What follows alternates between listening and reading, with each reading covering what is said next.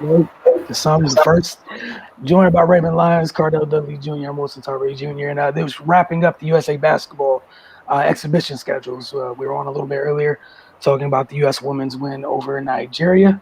The U.S. men's, they wrapped up their exhibition play by knocking off Spain 83-76. Cardell, we'll start with you with your thoughts on this one, and we'll get to Ray. Defense. USA won with defense. First half, they were kind of like, step slow. They weren't as physical on the defensive end. And Spain, for the most part, made them pay. They were executing well, passing the ball, getting guys involved, and then they were hitting shots. That's why they held a slight lead at the half. But in the second half, I feel like the USA, it finally clicked for them. And it started with Keldon Johnson, ironically, the youngest player on the team, who just got caught up. For people that may not know, this is just how he plays. He's been playing like this since high school. He plays all out, and he plays with high motor. So it became contagious. Once he started making plays playing like that, then ironically, the veterans, they fed off him, the young energy, and they got going. They started delivering the same type of physical punishment on both ends and making plays that way. And then the floodgates open. And the defense helped their offense. It's funny how that happens. You know what I mean? You take care of the defensive end, then your offense gets going. Then once the offense got going with the way they were playing defense in the second half, it was nothing Spain could do. Spain beat them up in the first half with the Gasol brothers and, with the offensive rebounding and whatnot. But once USA kind of figured it out that they need to be more physical with them, they got the lead and they never looked back, man. Led by Johnson and Dame Lillard was hitting some big shots. I know Jason Tatum was uncharacteristically off, so even KD hit certain shots when they needed to. Zach LaVine was huge, man. He stopped settling. A couple plays he dunked, man. It was bully ball. He just went right through him, and then put him in the basket. And that's what you're gonna have to do, man, because these guys are not playing.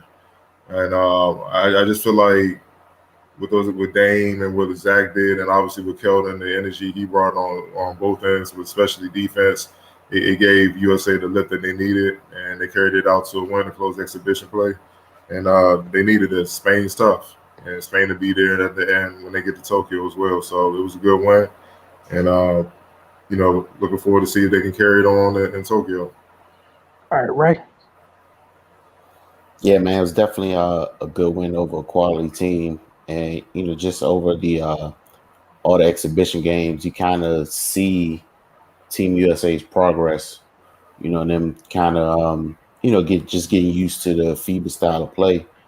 Like it's a lot of first timers on this team, so it just took a while for them to kind of get used to it. It did look like it just finally came together for them. How they're going to have to play to be successful going forward, man. The just the physicality, you're going to have to play with force every single time down the floor. Otherwise it's going to be rough for you. Spain started out the game, using their size, and just kind of dominating physically. And as soon as USA got caught up to that, they took over the game. But that's just the way it's going to have to be. For them to have the success that they want. They can't take a step back. They know what it takes. They know what it looks like now. So yeah, this is gonna have to be what it is moving forward. Their defense definitely led the way for them. They were causing turnovers, disrupting Spain. In the first half, things were kind of too easy for them. But as soon as USA kind of made it a point to get in their way, the talent took over from there, but I think they're finally starting to see that the talent alone isn't going to be enough. They have to put together all aspects of the game in order to win against these teams, because like we've been talking about, every time the wow factor is gone, everybody feels like it's an even playing field now and everybody has a chance. So once you get to that point, you're just gonna have to come out and beat people. it's just not going to be a cakewalk anymore. So yeah, man, it's good to see them rise up to the challenge, and over these 4 games, it's gotten better and better each time out. And it's good that they go into the 11 games off 2 wins. I can imagine what that does for them mentally. So yeah, man, it's I mean, even though it did look kind of bleak early on, I knew it wouldn't continue to be that way, but I think it finally hit them that they're going to have to play now. So yeah, man, it's going to be interesting to see how they do, going through the Olympic tournament. Yeah, not too much to piggyback off of what you guys already shared, but like you said with Keldon Johnson, it felt like he was the guy who kind of initially, like, immediately understood where he fit in. He never really tried to do too much. His cutting, like you guys saw, his energy was contagious. This felt like the first game where Zach LaVine looked comfortable. Him and we were talking like a couple games ago. Him and Tatum at times were catching the ball and waiting too long to make decisions and whatnot. Tonight, you saw him like he can shoot the ball. Most of his threes tonight came on just catching and shooting. Wasn't trying to put the ball on the floor, do too much. Hey, I got open, the ball found me. You're a freak athlete. Go figure. Put the ball, get downhill, and it'll pay off. Yeah, for the first time we saw them match a team physically, and in that third quarter, it looked like one of the typical type of U.S. runs we're accustomed to. They still got a long way to go to get to where they would like to be, obviously, because that standard is that standard. But it was a good step in the right direction. Dame's been getting more comfortable. I like the fact that he had 4 steals tonight. They had to deal with Spain trying to pick on him, not just him, but all the guards with the switching. I thought in the third quarter, most of the fourth, the bigs did a little bit better of a job when the switch happened, come to bail out the guard immediately. So because in the first half, they was getting it, little guy, bucket, and one. Go figure. Some of the bigs you have can move a little bit, and it totally changed everything. They forced 20 freaking turnovers. Yeah. Like that was huge. They only turned the ball over 9 times. So even while you're going, they still got a long way to go offensively to find their flow and whatnot. The defensive part, you can do that whenever you want in terms of the effort standpoint. Like they really got after on the defensive end, and that's what it's gonna have to be today. Everybody figures out their roles and everything else. But I was laughing, to you guys where you saw, the good old Twitterverse and the peanut gallery, if you will, about why is Keldon Johnson here. I mean, I'm sure some folks are happy he was here tonight. That energy, what he brings to the table. Everyone needs that type of stuff, and we've seen in the past, superstars kind of fall back and play that similar role. This year, because of whoever's here is whoever here, you're always going to need some. You're going to need multiple guys play with that type of energy, man. It was great to see him, and obviously, you still got the guys from the finals that will be joining him. Time to get over there, and JaVale's there as well because they got punched on the glass tonight, 42-29. Mm-hmm. It's something to keep an eye on and why folks were added because we've been saying there's a lot of teams with huge front lines.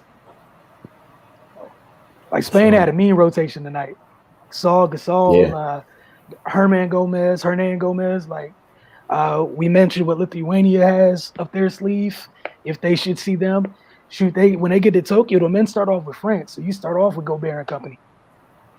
So again, it'll be fun though. But go ahead, Carter. Just one other thing. USA gonna have to clean up how they guard point guards. I've noticed they've been getting torched all exhibition. We all know what Vincent did in Nigeria, what Patty Mills did. Facu, Pato had moments in Argentina, and now tonight Ricky Rubio went off on him. You know what I mean? Like that's dangerous. You know what I'm saying? Because they gonna run into some guards that we ain't seen before, and they better hope they don't run into a guy like Luka on the way to trying to get the goal because Luka will beat him. With the way with the way they defend, point. You know what I'm saying? It's I mean, they all of them getting damn near averaging 20 plus on them. You know what I'm saying? I'm talking about from the point guard position. And Ricky Rubio is not even a scoring dude. He's a pass first guy here at 23. So that's alarming. I think the bigs for the fours and the wings are kind of getting a hang of it. You know, what they need to do defensively and whatnot. They stepped it up, and they're stepping it up. The guys on the ball, running point and stuff, and, you know, with all due respect, Dame and all those guys, they got to step it up. Because that's been a weak link defensively so far. Mm-hmm. And now, obviously, once certain guys get from the finals, they all still come. I don't expect that to happen, especially with Drew. Drew ain't about to have all that, but still, you know what I mean? It's just that's dangerous. You know, and I'm noticing a consistent pattern. I mean, guys that's not even score first mentality type guys are putting up numbers scoring wise. So that's just something to be aware of as we move on to Tokyo. Now, I like that you brought that up. Pass first point guard had 14 at the half for Spain. We know the book on Rubio. It's not a knock or anything, but he's out there with the thing that he's great at. It's not that, and he was scoring easily. Mm-hmm. It wasn't a problem. It was just, oh, cool. I get downhill now, no problem. I think he took one bad shot in 4 quarters, and it was just that 3 that he airballed. I can't remember Rubio really taking a bad shot or forced to do anything bad. But again, I want to thank you guys for hanging with us. We got to take a little break from the Olympics as it pertains, as we shift to Tokyo, because the schedule is going to get fun. So we'll be seeing you guys at times like 8 a.m., 12:40, 2 a.m., just random times. So you guys follow us on social media. You guys have a good idea of where you can watch the recaps on, and again, both the men's and the women's. Did you guys have anything else before we wrap up? Just wanted to ask Ray and Cardell. No, sir. All right, just a reminder. Uzinaz, Sunday, food for your soul. Sunday dinners, try the family meal. 4 entrees, choices of fried chicken, leg quarter. Whiting, fried grilled or blackened catfish. Also fried grilled, blackened 6-piece wings, 8-ounce meatloaf, 6-piece shrimp. Fried grilled or blackened baked chicken, leg quarter, chicken breast. Choose from 3 sides. Choose 3 sides from yams, fresh cabbage, fresh green beans, fresh collard greens, yellow rice with gravy, mashed potatoes, mac and cheese, potato salad, or grits. Again, get over to Oohs and Ahs right now. We got 2 locations. That family dinner I just shared with you is $49.95. But at the Georgia Avenue location, you can add 2 cocktails, 4 beers for $59.95. And a nice reminder, we did this last year at Oohs and Ahs with our NBA draft coverage. We're doing that again this year, so just be on the lookout for that. So July 29th, some point that evening, around draft time, we'll be going live. Watch the draft with you guys. Ray and Cardell, share your thoughts on the prospects, potential fits, where they land. So we look forward to that. And again, get over to thefocustv.com. Best way to keep up with information is what we got going on. Y'all have a great evening.